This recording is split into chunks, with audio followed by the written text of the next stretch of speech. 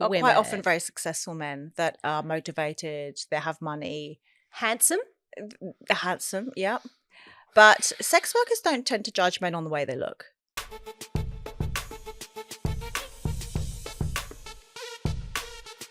Welcome to the My Julie podcast. I'm your host, Minnie Latif, and the rumours are true. It does take a village. Let's do it. All right, guys, welcome to today's episode. We are interviewing Amanda Goff, also known as Samantha X. She's notably Australia's most famous sex worker. You can't believe this, but this woman got into the industry at age 38, and she only retired a couple of years ago, and she's 51 now.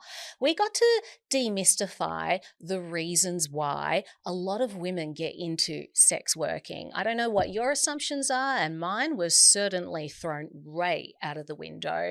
Amanda was brought up in England. She still is a journalist and an author and published 3 amazing books. Our conversation got real and it got deep. And ultimately, the core of it is why Amanda does and lives the way that she does. And that's human connection. She's actually super relatable. Get your cup of tea. This is a good one. Amanda Goff, aka Samantha X. Welcome to the My Julie podcast. Thank you, Minnie. This is very exciting. I'm so happy to have you on. This is such a treat for me. I have dug very deep into your story and I have so many questions. But first and foremost, we're always going to make sure that our voices are lubricated. So please just take a little sip from your mug over there. Tell me what you think. Have a little look. Oh my God, I love it. This is beautiful. I love this. Deal. Oh my God, I remember I got rid of that dress in the end. But yeah, I love that. I love that. I had to scroll your socials. We get asked all the time, who's my Julie? And it's like, it's you. Yeah. You know, like it's a persona and you persevere. Like basically everyone is a Julie and you'll soon find out. But before we get into anything, I start each podcast the same way and I ask, how many years have you lived? Oh, how old am I? Sure. Yeah. 51. 51. 52 in February. I cannot believe it. Pisces? Pisces. Yeah, What are you? My mum and dad. I'm Gemini. Oh, okay. My mum. There. My mum and dad too. Oh. Yep. There we go. We actually did have a coffee about a month Yeah. ago, I think so, but that was the first time we met. You're originally from, well, you're not originally from Sydney, but From London. You're a London Yeah, I lady. grew up in Wimbledon and I came to Sydney 25 years ago. Yeah, so you're an Aussie. I'm an Aussie. Yeah, I love it. You still have the accent. Yeah, do I? Yeah. I lived in the UK for 3 years. I came back with full Queen's English. Where did you live in London? In the end, I was Bermondsey, but I started off in North London, then Hackney, and then South in Bermondsey. So, yeah, but I guess I just love an accent. Oh, I think you have an accent. I don't. It's you. I literally, I will mirror the energy that's near me. Right, so right. if you go into full Ocker mode, I'll go No. with you. Yeah. Well, I speak, when I go home to London, everyone thinks I sound so Australian. And when I'm here, they think I sound really posh in English. So can't win. I have no identity left. You are Amanda. Yes. All right. So your reputation of Australia's highest paid sex worker, does that give your heart a flutter when you hear that, even after all these years? Because it's a while ago. It's a while ago. Yeah. Highest paid, I think either I said that or the media called me that. I don't know. I'm definitely not the highest paid now. Girls make a lot more than I made. Yeah. But yeah, look, it's a part of me. And sometimes I think I can't believe I did it all. Yeah. But I retired 2 years ago or thereabouts. And yeah, it's just a part. It makes me smile sometimes. Other times it makes me cringe, to be honest. Yeah. I think I cannot believe I did that. But hey, if I'm going to do it, at least be the most expensive. Yeah. Now, listen, asking for a friend. What would a woman around 48, 51 make on a little, 1 hour, 2 hour session? Well, look, I was 40-something and I was making $1,500 an hour. However, I'd written books. I was in the media, so I was well known. Yeah. I mentored a woman recently who wanted to be a sex worker. She was in her 40s and she was going to start charging $500 an hour. Okay. So she was leaving her corporate job to do that. Yeah. And she's in her 40s, and I said that's the best age to start, to be honest. Tell me why. Yeah, because I think women have life experience there. They've had a career. Mm-hmm. They have most likely had kids if they want kids, Mm-hmm. most likely been through marriage. So they've done everything, and they Mm-hmm. can fall back on the career. Mm-hmm. And they're more confident sexually. And they know how to have a conversation, and that's probably the most important part. I'm not saying younger women don't know that at all. Sure. But the older you are, the more life experience you have, and the more... Are men hiring for conversation? And men are hiring mostly for connection and conversation, yes. So, connection and conversation. Yes. So one has, and I know this as I had told a handful of people that you were someone that we would be interviewing today, and that, not knowing you personally, of course, everyone can judge based on a cover of a book, and you have 3 as well. And there's this assumption, a sex worker. What the assumption is, you have to ask them, right? And it's like, hang on a minute. Do you understand what's inside this book? Do you understand that behind sex work, because people are having sex all day, every day for free. And when you're going and getting paid for it, there's this assumption that it's the performance of the sex, which I really do believe must be part of it. But after talking in depth with you and understanding a little bit of it, connection is so much more to do with emotional, conversational, can you see me versus feel me. Exactly, Minnie. And men don't spend $1,500 an hour just on sex, because sex is easy to find. You just have to go online to a dating app. What they were paying for was experience, connection, conversation, dinner. I mean, I had so many trips away, dinners. I wrote my books on the stories of men, certainly my first 2 books, things I got to hear from men, the secrets, the, confessions, their emotional needs. And while people can judge sex workers, I do wonder what demographic those people are, because the younger generation these days, sex work, they're younger, are they? Oh, no. I know where you're going with it. But the younger generation these days are certainly a lot more open. It's becoming a lot less stigmatized. Exactly. Because when I went public 10 years ago, it was very controversial. And this is only 10 years ago, but there's no OnlyFans. There were no podcasts about sex workers, really. I don't think there were any podcasts anyway. There was not many books written by sex workers. And now it seems to be a saturated market. And more women are choosing to be single these days. And sex has become a commodity. It always has been a commodity. And I think a lot of women are sick of dating. How many years were you doing it for? A decade. Okay. In that decade, could you give me a rough, finger in the air percentage of the men that were in marriages or long-term partnerships? I'd say 50%. 50. Okay. All right. So talking about the 50 that were in the marriage or long-term partnerships, were they predominantly for the connection, the conversation? Yep.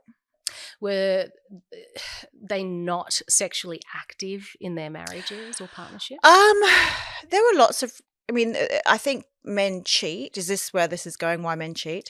Yeah. Why do people cheat? It's not just men. Well, I'm going to get to the other 50%. The first 50 is they're in a relationship. Yeah. They're not just cheating. They're seeking this with you. What's their motivation? Is it the act of novelty, perhaps because they've been in a long-term relationship, versus that there connection? Are a few types of married men that cheat. Number 1, connection. Number 2, variety. Number 3, very unhappily married and will never leave the marriage because of the kids, because of money, because of various reasons. Sure. Some wives had affairs and they wanted an outlet. And some were just selfish. Let's be honest. Those men that did pay for escorts, or do, because I had an escort agency as well, they would never have affairs. They're not the kind of men that would have affairs. They wouldn't be that stupid. They would see it as a transaction. They see it as a transaction, and they don't, interestingly enough, see it as cheating, which I find remarkable. Why? Tell me more. Because it is cheating. Going behind someone's back is cheating. And I'm not here to judge those people, men or women, but it is cheating. And quite often I'd say, it's not cheating. Well, Why don't we call your wife? Yeah. It's not cheating because it's a payment in their mind. It's transactional, and men are very transactional. Yeah. Wow. And the other 50% that weren't in marriages or long-term relationships, why are they? Loneliness, outsourcing, loneliness, not being able to talk to women, not understanding women these days, being too scared to approach women, company. One said he was sick of table for one. So I'd go out for dinner. One I'd read the Bible with. Wow. For many, many reasons. There's no type. It's just all humans. There's no type. I bet you've had some quite handsome, successful clients, right? So when a single woman is seeking a partner, she may have may have looked at some of the men that you've had as clients and gone, this is someone I would date. And I would dare say they're not all these unattractive men that can't get women. No. There are men there that can get women. Quite often very successful men that are motivated, they have money. Handsome, yeah. But sex workers don't tend to judge men on the way they look. And, it would be like me saying that I'm sure you would have some handsome clients too, but they're just clients. It's just work. Not handsome to you. I'm just saying that they can get laid. Yeah, of course. It's just, there's no type. There's no type. I think that's what women find very difficult to understand. Yeah. It's not the dirty Mac brigade. Quite often it's not. Yeah. It's very normal, vanilla, everyday men. Yeah. Brothers, sons, colleagues, bosses, whatever. People we know. People you know. Oh, for sure, people you know. But they don't tell anyone, and they certainly don't tell their friends, and they don't tell many people at all. Yeah. It's the oldest profession. It's been going on since the beginning of time, and it always will. For sure. I truly understand that. Sex, drugs, and rock and roll makes the world go around, right? You didn't get into this profession at a very early age. No, I was about 38. 38. So prior to that. Which is a good age. Yes. You're still doing the profession you were doing back then, which is a journalist, yes. right? And you're still a journalist now. Yes. You're killing it on Substack.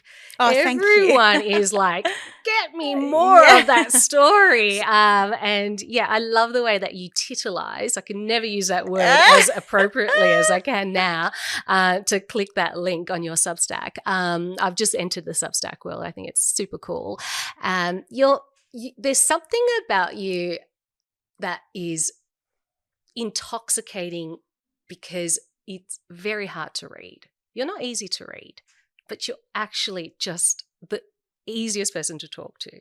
What do you mean easy to read? Well, if I looked at you on paper of what you did, there's this presumptions come up, judgment comes up, right? And then it's not the energy you get when you meet someone in person. It's just your judgment comes up. My judgment, of course, which I believe is the premise of everything that my Julie is being built on is let's not assume that what you think is true. I say that multiple times a day now to multiple people. That's just because you think it, don't believe it. Let people tell you who they are through actions and words as well. But I'm big on energy, and your energy is just so pure. I wouldn't say that. But you've got great energy. When I had that coffee with you, it was very just you and I. We were in a public space, obviously. It was just you and I. I was very, I'm very, with my ADHD, as you know about, I have to be really conscious not to let the external impact me. Otherwise, I can't concentrate. So I'm really zoned in on you. And then when we finished our coffee, I walked up with you. We went into, you paid for our coffee. Thank you. I owe you now. And it was at that moment where I realized everyone's staring at you. Like you. Oh my God. Yeah. But in an admirable way. Were they good looking? They can't afford you. So essentially it's like you draw people into you. Thank you. You do. You have that presence about you. There were several women that were sitting at tables near us that never engaged with us, but when they were leaving, all came and said hello to you and then left. Like they respected your privacy, gave you your space, but still wanted to say hi and engage. And that happened a couple of times over.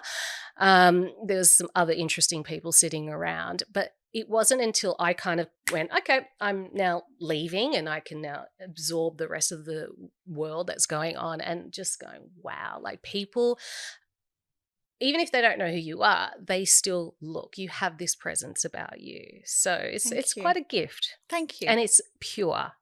It really is. I'm telling you. I feel good things with you. You started at 38. Mm-hmm. Was there this like moment where you got, this one I'm going to do, or was it a slow burn of a concept?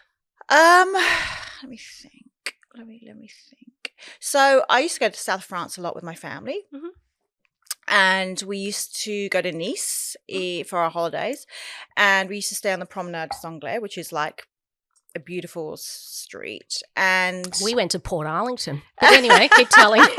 And I'd see these very glamorous women get into cars. Yeah. And we're talking like 40 years ago. Yeah. And I said to my mum, what are those women? And she said, La Femme de la Nuit, ladies of the night. And I was like, oh, they're so beautiful and so mysterious. Yeah. And that was always in my head. And various things happened in my life with men that were traumatic. And then I was in a relationship and we ended. And then I had a year of dating as a late 30-year-old woman. And I just got sick of it. And I thought, well, I'm actually sick of men wasting my time.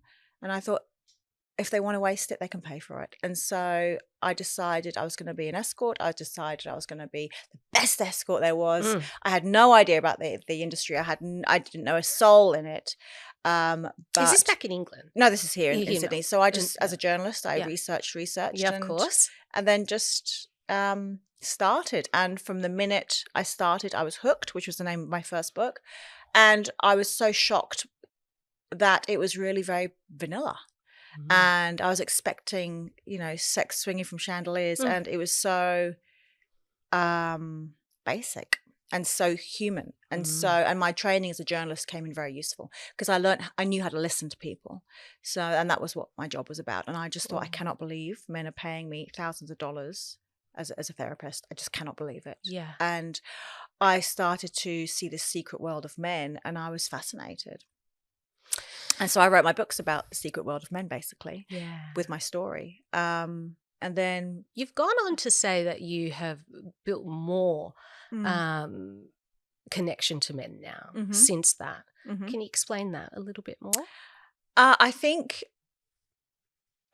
men get a really hard time. I mean, understandably, there's a lot of bad things that men do. Some men do. I'm not talking about those men. I'm talking about everyday men who struggle with their emotions, and male suicide is at an all-time high. Yep.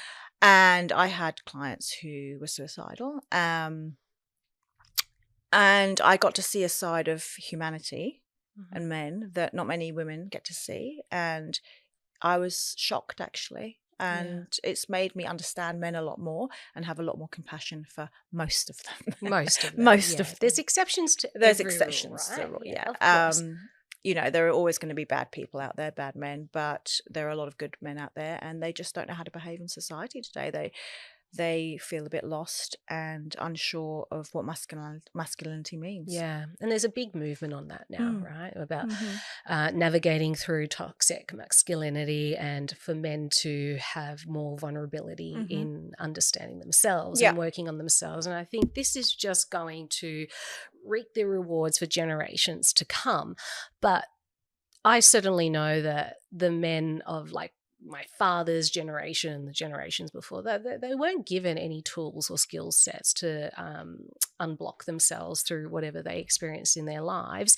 And so having emotional blocks leads you into having most likely some pretty toxic relationships and dishonest relationships with yourself.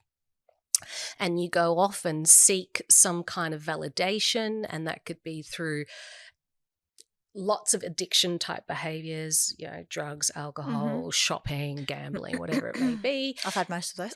You've had most of that, I know. I'm leading there for some reason. And then obviously sex is one of the things that people go really deep down Mm-hmm. because it's quite visceral too, right? Mm. And I can understand it as well, wanting to feel some kind of acceptance of just who I am. See, you're screaming on the top of a hill, see me, just Mm-hmm. see me, and still love me even if you see me. Is it to do with love at all? Yes. Yeah. Yes, I had a client that would pay me to say I loved him. Yeah. And he was very young and handsome, actually. Yeah. I think some men can think they are in love with you. Yeah. But 9 times out of 10, men are very good at separating. The act to the emotion. Yeah, and you know, sex is sex is sex. It takes 2 minutes, and it's you know, I don't have any more tricks than the average woman. It's more the time that you fill in between that. Yeah. Well, you've mentioned that a couple of times now. Physically, did you ever, like, there's no moment of ick afterwards and, oh, I've got to scratch my body of this person? I think no more than the average wife, to be honest. What? Say more, please. Well, you know, I mean, speaking to my friends who are married and have Yes. been married for a long, long time, Okay. who can't bear their husbands to touch them. Wow. The beauty of what I did was that I was free and Yeah. I had an hour with them, whereas women have a lifetime with these men. Yeah. You know, I always said sex workers we don't marry men for money. You know, we're happy to see them for a couple of hours, but that's it. Women who have very good marriages at our age, in their 40s, 50s, I think personally are rare. Most couples tend to separate or divorce. I fortunately have not had a relationship for a very long time, and I haven't been through a lot of trauma like that for a very long time. So I found my job easy and enjoyable for that reason. Did I have an ick? Yes, of course. I had an ick with the men that were rude. It's nothing to do with the way they looked. Okay. Safety? Were you ever concerned? I've had more dangerous situations in my dating life. Wow. Yeah. In fact, I've had more incidents and assaults as Amanda than I ever did as Samantha. You know, when men are paying that much money, they're terrified. It's not about the money, actually. It's about the situation. It's about the power. And I think, well, I know that in those situations, I had the power. Whereas dating online these days or whatever, I feel I don't have the power and I have to channel my Samantha. Yeah. And when I channel my Samantha, I'm a lot more successful at dating than if I'm just Amanda, because it's a balance of power. Is that not exhausting? I think dating is exhausting. Yeah, it's exhausting. And my job wasn't. Yeah. Mentally, it was challenging, draining, you know, hearing the stories of men on repeat, you know, some quite traumatic stories as well. That was draining, and I'm not a trained counsellor. And sometimes I felt that's what these men needed. In fact, 9 times out of 10, that's what these men needed. Listen, I'm hearing so many basically indications that majority of this is emotional connection, which is quite ironic, right? Because a lot of women would make the assumption that any man going out and spending this type of money on sex workers is sex, and it's not going there. It's sounding like I was waiting for you to tell me they want to do ass worshipping, or I don't even know what that is. You don't know? No. Oh, well, I mean, I presume it's anal sex, is it? Not well, it could be, but it's literally just worshipping her ass. That's it. News to me. There you go. This did not come up with you. Not at all. I mean, let me teach you some kinks, Samantha. Well, my clients were not kinky at all. That's where I'm going with this. No, very vanilla. And age groups were varied. Yep. So my mind is so blown because I'm assuming it's because someone's sex life is not kinky enough, so they're going out to. But it's really just human connection. I'm sure I can't speak for every man in the world and every sex worker in the world. I can only speak for mine. You know, because I wrote books, men were very much, can you sign my book? You know, can I get a mention in the next book? It's kind of like fandom and stuff. There was a little bit of that, but I'm well aware that I was privileged in that way. look, I've heard of some kinks and I've heard of some really disgusting things. I won't tell you because they are too disgusting. Okay. Yeah, I'll tell you after. Yeah, please. I can think of a few things that I've heard actually that are really, really unwell behavior. But someone's yuck, what is it? You shouldn't let someone's yum be your yuck, or you shouldn't let someone, or something like that. Like, who am I to judge what people do in the bedroom, as long as it's safe and consensual? Yeah. But with me and my clients, and all I can talk about is that, sometimes they said to me, "Oh, Samantha, I don't want to have sex with you. I respect you too much." Whoa. Or do you mind if we just talk tonight? Or Samantha, I don't like it when you talk dirty. It's a bit, it's a bit too much. So, I mean, I don't know what they thought of me. They obviously thought I was some kind of, I don't know, pure specimen. But yeah, it was, I mean, for a start, nothing goes near my ass anyway. Yeah. And so I don't know what you're into, Millie. And you have a great ass, by the way. But nothing recovering from influenza A, excuse that. It's not my best side. Oh, come on.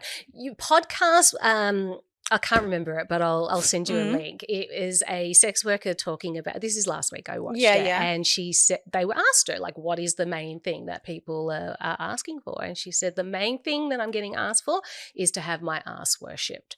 I didn't know what it was either. So I was like, what does that mean? Everyone assumed it meant anal sex. Yeah, and like, no. It's literally just looking at it, smelling it, licking it. Just snuggling into it, and right. The interview. She must have had a good ass. Pardon? She must have had a good ass. It was, yeah. She's just good. I love women's bodies. Women are beautiful, and she's just like, it's not what you think, which was what people assumed is just pure, basic anal. It's not about that. It's about the fact that men want to worship you. They do. That's a massive thing. They do. In fact, the number one question is, what can I do for you? Why aren't they doing it for their wife then, or their partner, the ones that are in relationships? I don't know. Well, I mean, I think because if women were really honest with themselves, let's be honest. I think if they're really honest with themselves, you just it's a quick shag to keep them happy, and then go to sleep. You know, I think when you've been married for 30 years. It would be incredibly hard to keep the spice up. Oh, look, I can't do long-term relationships. The longest I've been in is almost 5 years. So that's a long-term relationship for my eyes. Yeah, for me too. So I'm probably the wrong person to speak on this, but I have all of my best friends are still in the same relationship for the last 25 years. Like they got, they're still married 20 plus years on and really happy, really, really happy. And the reality is that they just like each other. Yeah, as husband and wife, and they enjoy having sex with each other. They really do, and they don't look at it like, let's just do a few pumps just to let him have it. It's not about him. It's about her too. I'm glad to hear that. Yeah. So I'm here to speak on their behalf and say the women understand that sex isn't for him. It's for us, right? Like, well, I hope pleasure, a lot of women. I hope that. I would hope that was the case. Me too. As for what goes on in people's marriages, I have no idea, and I'm only hearing the men's side of it. You know, I quite often think, I wonder what the women say about this. And you know, I had men say things like, "Oh, my wife's put on weight," blah, blah, blah. And I just thought, have you looked in the mirror, mate? Yeah, right. Yeah. But those men are few and far between. It's mostly they've fallen out of love and they can't leave for financial reasons. Of course, it's very complicated to separate after decades. I understand that too. In reference to women marrying for money, well, then I can then see that there might not be that desire for them to make sure that the sexual connection is a priority, because their value system is of different. Well, I mean, look, I'm not judging those women. You know, if it makes financial sense to get married, which it does for both parties, to be honest. You know, you share the rent, you share the mortgage, whatever. Yeah. You know, everything in life is transactional, and marriage is transactional too, I believe. Yeah. Well, it is a contract. It's a legal contract. I've never married for money. Might try that one.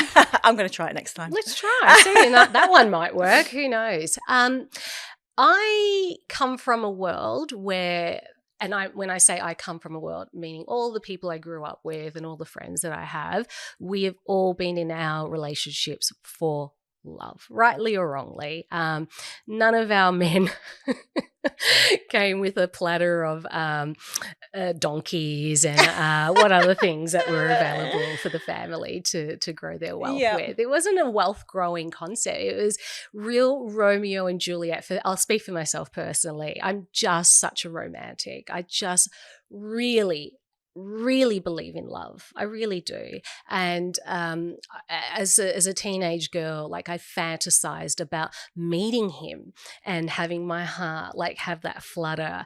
And I've never understood the concept that let's not even talk about marriage, but you enter a relationship for anything other than that. It never even crossed my mind.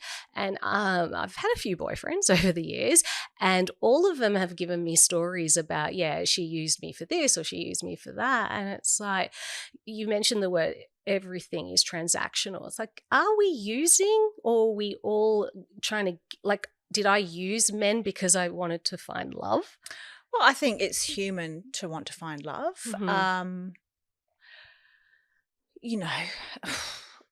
Each to their own. That was your thing. You needed to find love, and you found it. And love can mean different things to different people. And I don't think that these men didn't love their wives. Love's nothing to do with it. You can love someone and just not get all your needs met. I don't think you can get your needs met from just one person. It's a lot to ask of one person. It definitely is. Do you know Esther Perel? Yes. Yeah, so we have her quote up on our I thought you were going to say she was next on your podcast. Oh, yeah, she's my dream. Apart from you, Amanda, she's my dream. And we have her up on our light box outside, which is where shall we begin. Every one of these conversations we have on this sofa we undo a lot of layers, and one of the things that she talks about is majority of people, not just men, women cheat too, right? But the majority of those that cheat on their partner are very much in love with their partners. They cheat because of something that was missing in their life, not necessarily missing in the person they're cheating on. Well, I also think it's important to question whether being with one person for the rest of your life is natural, and whether we're just setting ourselves up to fail. Yeah. Aren't humans one of the only mammals? 98% have polyamorous relationships. And I think especially with the younger generation, I sound really old when I say that, but they're really exploring ethical non-monogamy. Yeah. Ironically, I'm quite conservative, and I'm too jealous for that. Same. But a lot of them do this, and it does work for them for whatever reason. And I wonder if that's the way forward with these things. I don't know whether. Listen, I'm going to say this, and I say it publicly. When I'm in love, you are content. Yes. There is nothing to go to. I've never been cheated on, nor have I ever cheated. Of course, I've had many relationships end, but it's got nothing to do with the sex, right? There's a lot. Yeah. I'm a lot. And usually I pick men that are a lot as well too. So it's hard to sustain it because we're so complex just as humans. But sex is something that if you really value, then you can have great sex in your life even after years and years and years because you choose to. It's actually something you have to choose. A lot of therapists will say you have to choose happiness. Yes, right? I believe that. Right. So if I'm in love with someone, my relationship has me wholeheartedly committed. Why relationships end is more for me the flip side, is that emotional side that is really difficult to... Can't get everything from one person. Exactly. Right? Like maybe your affair, not that you did, would be emotional rather than sexual. It could be. Yeah, it could be. And people come with their baggage, right? And often the baggage has nothing to do with you, but you're the collateral of it. You get hurt by it. But I value good sex. Good sex is really important to me. And I asked you this question and I was dumbfounded with your answer. And I said, have you had good sex? What did I say? No. Did you mean at work? No, I don't know. But you can elaborate.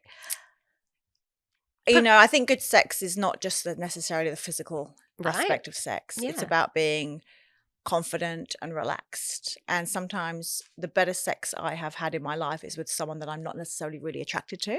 It's someone I feel more comfortable with. What about a relationship though? Is it I haven't had a proper relationship for a long time. There was someone I was really in love with, and our sex was good at times, yes. But I think sex is something that we always talk about a lot and we don't do as much. So the last time I had sex was actually, I don't want to say. No, that's okay. I guess my question is, do you feel like just for you sexually, is sex better for you when you're in a healthy relationship versus just a good person that you have a chemistry with? I don't think I can say either way. I think sex is best for me when I'm in a good headspace and I'm feeling confident. Yeah. And usually on my own. All right. Well, we'll join those dots. Amanda, are you wanting to be in a relationship? Yes. I think I'm ready after about 10 years. Yeah. I think I'm ready. Yeah. But it would look a lot different to how my relationships were before. Yeah. You know, you've done a lot of work on yourself. I have. Yes. And like I say, I know men a lot more. Yeah. I think it'll be hard to trust men. I've witnessed the double lives they can have firsthand. And it's the most unlikely men as well. It's not like the charming, narcissistic rat with a gold tooth. These are very normal men who seem to have double lives. So the trusting is something I need to work on, not they need to prove to me. I need to work on that. Yeah.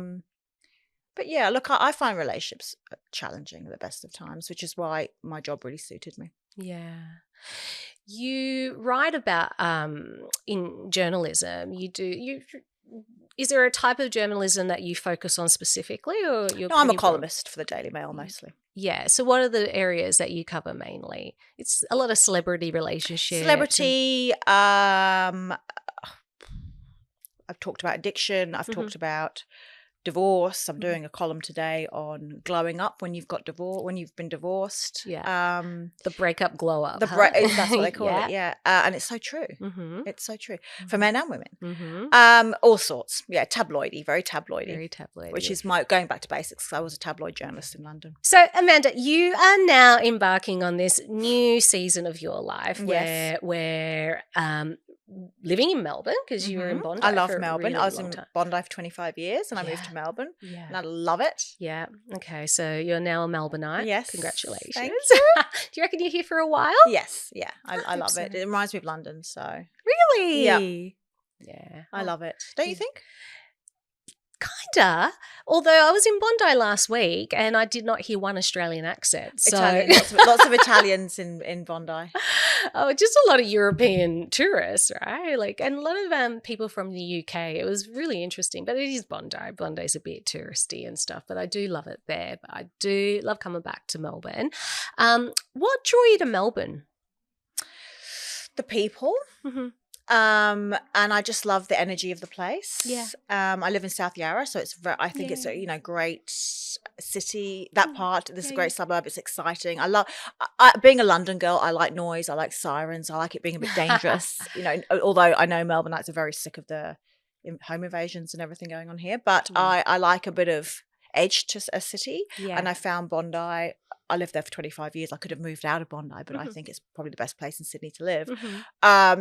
I just felt I outgrew it. So I feel like Melbourne's also an older crowd. Yeah. And Bondi is very young. And, I didn't want to be somewhere where I was the oldest person in the room, in a cafe. Yeah, I felt like Did that. Did you feel that too? Yeah. Like, hi. I went to Slow House, in Slow Bondi. House, yeah. How was that? Is that where you got sick? I think I got, it's you go into a bathhouse and it's just a bacteria infesting itself through all the saunas and whatnot. So I'm assuming that's how I got influenza A.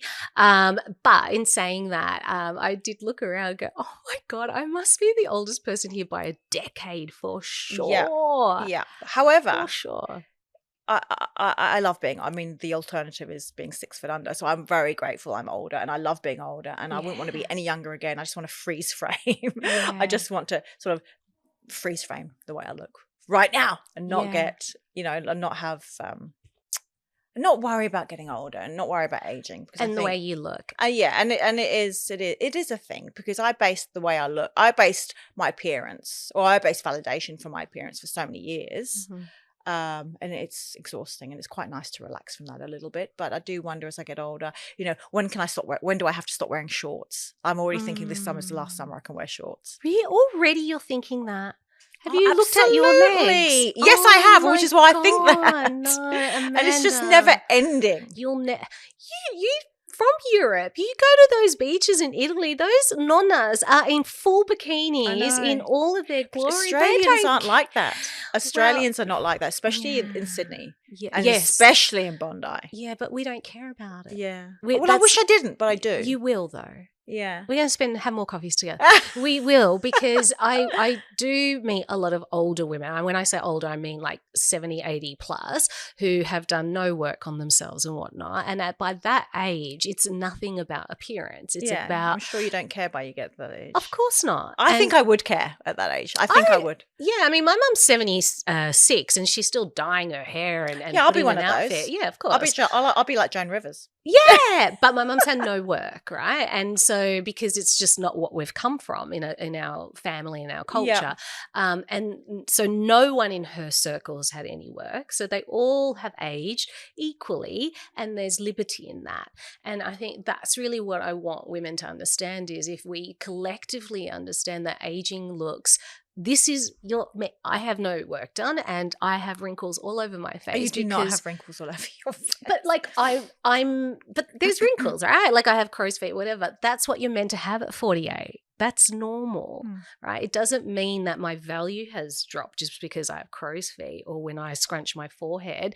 And if you judging my beauty on that, that's on you. It's not on me, because my beauty comes with wisdom as well. And I honestly have hated my body for probably a good 30 years, and I don't look at it like that anymore. I'm just so grateful that I have this vessel now. We're both mums. Like, we know that this made humans. I mean, that's a superpower. And I'm just grateful for what this body has done. And the universe has knocked me down into the gutter multiple times, and I just kept getting up.